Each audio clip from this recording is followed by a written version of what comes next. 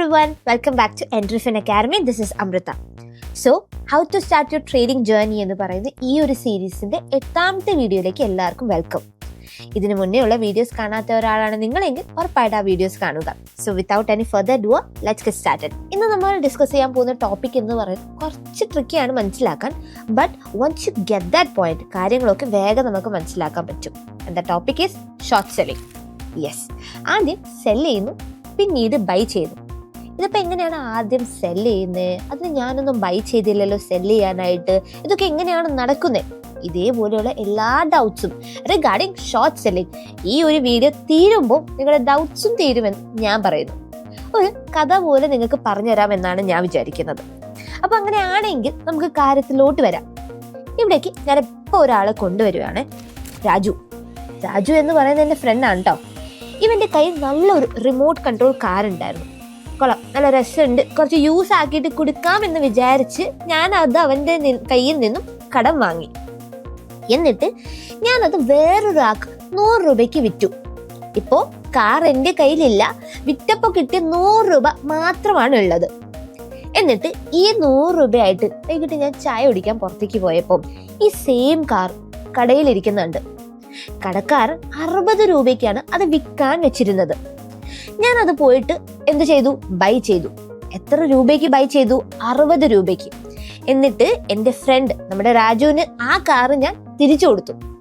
അപ്പൊ in short പറഞ്ഞാൽ ആദ്യം വിറ്റപ്പോ 100 രൂപ കിട്ടി, പിന്നീട് വാങ്ങിയപ്പോ 60 രൂപ വന്നിട്ടുള്ള ആ ഡിഫറൻസ് ആയ 40 രൂപയാണ് നമ്മുടെ ലാഭം എന്ന് പറയുന്നത്. ഇതുപോലെ തന്നെയാണ് നമ്മുടെ സ്റ്റോക്ക് മാർക്കറ്റിൽ ഷോർട്ട് സെല്ലിംഗ് നടക്കുന്നത്. നിങ്ങൾ ഷെയർസ് കടം വാങ്ങുന്നു, കൂടിയ വിലയിൽ മാർക്കറ്റിൽ വിൽക്കുന്നു, പിന്നീട് കുറഞ്ഞ വിലയിൽ അത് തിരിച്ചു വാങ്ങുന്നു, എന്നിട്ട് ആ ഷെയർസ് തിരിച്ചു കൊടുക്കുന്നു. ഇവിടെയുള്ള ഡിഫറൻസ് നിങ്ങൾ നിങ്ങളുടെ കയ്യിൽ വെക്കുന്നു.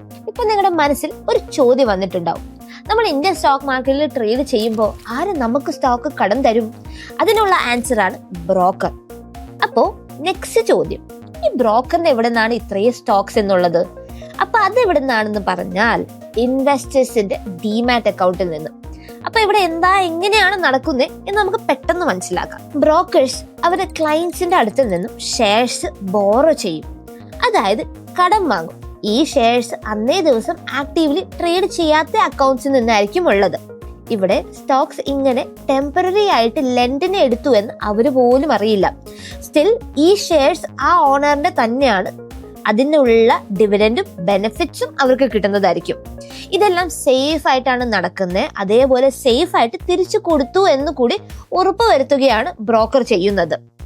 അപ്പോ ഈ പറഞ്ഞ എല്ലാ കാര്യങ്ങളും നടക്കുന്നത് ഒരു സിസ്റ്റം ത്രൂ ആണ്. And that is SLBM, Stock Lending and Borrowing Mechanism. ഇതൊരു ഫോർമൽ എക്സ്ചേഞ്ച് അപ്രൂവ്ഡ് സിസ്റ്റം ആണ് under NSE and BSE. Investors അവരുടെ ഷെയർസ് ലെൻഡ് ചെയ്യുന്നതാണ്. അതിലൂടെ ചെറിയൊരു ഫീ അവർക്ക് കിട്ടുന്നതായിരിക്കും. നമ്മളെ പോലുള്ള ട്രേഡേഴ്സ് അത് ബോറോ ചെയ്യും ഷോർട്ട് സെല് ചെയ്യാനായിട്ട്. എന്നിട്ട് അത് ബൈ ചെയ്തതിന് ശേഷം ലെൻഡർക്ക് തിരിച്ചു കൊടുക്കും. സോ ഇൻ ഷോർട്ട് കാര്യങ്ങൾ പറഞ്ഞാൽ ഇത്രയും മാത്രമേ ഉള്ളൂ. Brokers borrow the shares legally from the people or institutions who already own them, all within the rules of SEBI and exchanges. So no magic, this proper lending and borrowing happening in the background. ഒരു കാര്യം ഓർത്ത് വെക്കുക, short selling എന്ന് പറയുന്നത് ഇൻട്രാഡേയിൽ മാത്രം possible ആയിട്ടുള്ള കാര്യമാണ്. Cash മാർക്കറ്റിൽ അത് നിങ്ങൾക്ക് ഓവർനൈറ്റ് ഹോൾഡ് ചെയ്യാൻ പറ്റില്ല.